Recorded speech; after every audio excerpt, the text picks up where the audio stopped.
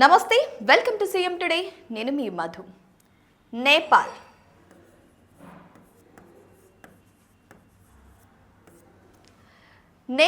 ఇప్పుడు రాజకీయంగానే కాదు, ప్రపంచవ్యాప్తంగా పెద్ద చర్చగానే మారింది. ఎందుకంటే అక్కడి యువత అక్కడి ప్రభుత్వం మీద, అదే ఒలీ ప్రభుత్వం మీద వ్యతిరేకంతో అక్కడి ప్రభుత్వాన్ని కూలగొట్టిన విషయం కూడా తెలిసిందే.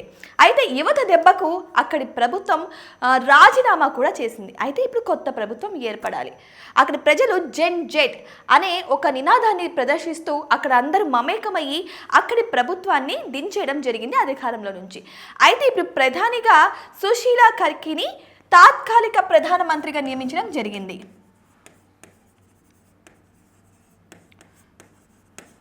అయితే నిన్న సుశీలాను అధికారికంగా అక్కడి రాష్ట్రపతి ప్రకటించడం కూడా జరిగింది. అసలు ఈ సుశీల ఎవరు, ఈవిడకున్న ఘనతలేంటి అనేటివి కూడా ఇప్పుడు మనం తెలుసుకుందాం. అయితే సుశీలా కర్కీ ఒక న్యాయవాది.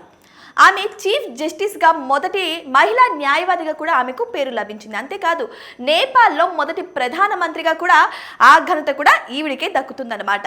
అంటే ఒక చీఫ్ జస్టిస్ మాత్రమే కాకుండా ప్రధానమంత్రిగా మొట్టమొదటి మహిళగా ఈవిడికి పేరు ప్రఖ్యాతలు ఉన్నాయి. అయితే సుశీల కర్కీ ఒక వ్యవసాయ కుటుంబంలో నుంచి పుట్టి ఆ తర్వాత తన చదువు మీద ఇంట్రెస్ట్తో అలా తన చదువునంతా ఫినిష్ చేసుకొని, మీకు ఒక విషయం చెప్పాలంటే సుశీల కర్కీ భారతదేశంలోని బనారసి తెలుగు విశ్వవిద్యాలయంలో లా చేసింది. అయితే చదువుకుంది మాత్రం భారతదేశంలోనే, కానీ తన వృత్తి అంతా కూడా నేపాల్లో కొనసాగించడం జరిగింది. అలా తన న్యాయపరమైన వృత్తిని ఎంచుకుంది. అంటే ఆమె న్యాయపరమైన వృత్తిని ఎంచుకోకముందు ఆమె ఒక టీచర్గా కూడా పనిచేశారట. టీచర్గా పనిచేసిన తర్వాత ఆమెకు లా మీద ఉన్న ఇంట్రెస్ట్తో మళ్ళీ న్యాయవాదిగా వెళ్ళడం జరిగింది. సో ఇలా న్యాయవాదిగా వెళ్ళిన తర్వాత ఈవిడ ఒక మంచి గుర్తింపును కూడా తెచ్చుకుంది తన సిన్సియారిటీతో. ఈ విధంగా చూసుకుంటే గత ప్రభుత్వంని కూడా ఈమెను నిందించడం అయితే జరిగింది. ఎందుకంటే ఈమె అప్పటికి కూడా తగ్గలేదు. నేను చదివింది లా కాబట్టి ఖచ్చితంగా నేను న్యాయానికి కట్టుబడి ఉంటాను, నాకు న్యాయమే కావాలి, నా జాబ్ పోయినా కూడా పర్వాలేదు అన్న రీతిలో అయితే సుశీలా కర్కీ అనడం అయితే జరిగింది.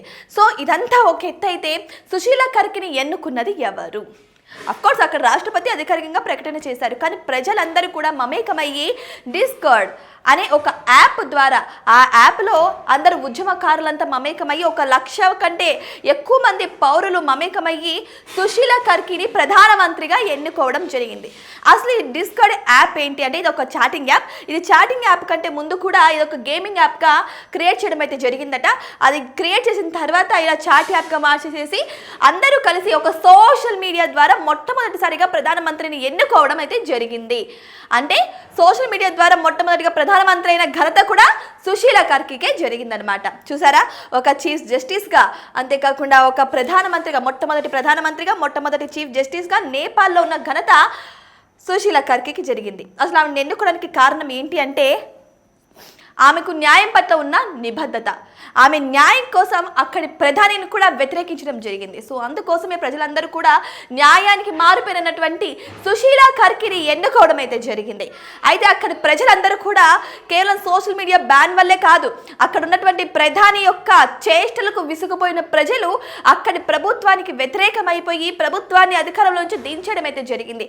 సో ప్రతి ఒక్కరికి కూడా ఇదొక మచ్చలా మిగిలిపోయిద్దని చెప్పచ్చు. ఎందుకంటే ప్రజలు తలుచుకుంటే ఏదైనా చేయగలరు అనడానికి ఒక పేరు అన్నమాట ఇది. సో మొట్టమొదటిసారిగా ఒక దేశంలో ప్రజలందరూ మమేకమై ఇట్లా ఒక ప్రధాని యొక్క మంత్రి మండలిని కూడా స్వయంగా దించడం అనేది నిజంగానే ఇదొక చర్చానీయాంశంగానే మారిపోయింది అనమాట. సో ఏదేమైనా సరే ప్రజలందరూ కూడా మమేకమై చివరికి ఒక చీఫ్ జస్టిస్ అయినటువంటి సుశీలా కర్కీని అయితే ఎన్నుకోవడం జరిగింది. ఏదేమైనా సరే ఒక మహిళను ప్రధానిగా చేయడం కూడా అందరూ కూడా ప్రశంసిస్తున్నారు. సో మరి వెయిట్ చేసి చూద్దాం, సుశీలా కర్కీ తన న్యాయ వ్యవస్థకు కట్టుబడినట్టుగానే సేమ్ అదే విధంగా నేపాల్ డెవలప్మెంట్కి కష్టపడతారా, లేదు అంటే అందరు ప్రధానమంత్రి లాగా మారిపోతారా అనేది కూడా మనం వెయిట్ చేసి చూడాల్సిందే.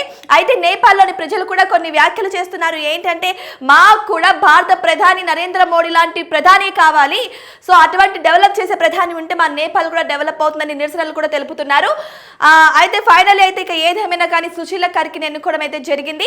సుశీలా కర్కీకి మన ప్రధానికి మంచి సాన్నిహిత్య సంబంధాలు కూడా ఉన్నాయని చెబుతున్నారు కొంతమంది నిపుణులు. మరి వెయిట్ చేసి చూద్దాం, భారత్ సత్సంబంధాలు కొనసాగించేలా నేపాల్ డెవలప్ అవుతుందా లేదా అనేది. మరి మీకేమనిపిస్తుంది? సుశీలా కర్కీ లాంటి ఒక మంచి చీఫ్ జస్టిస్ ని ప్రధానమంత్రిగా నియమించడం కరెక్టే అంటారా? మీ అభిప్రాయం ఏంటి? కామెంట్ బాక్స్ లో కామెంట్ చేయండి.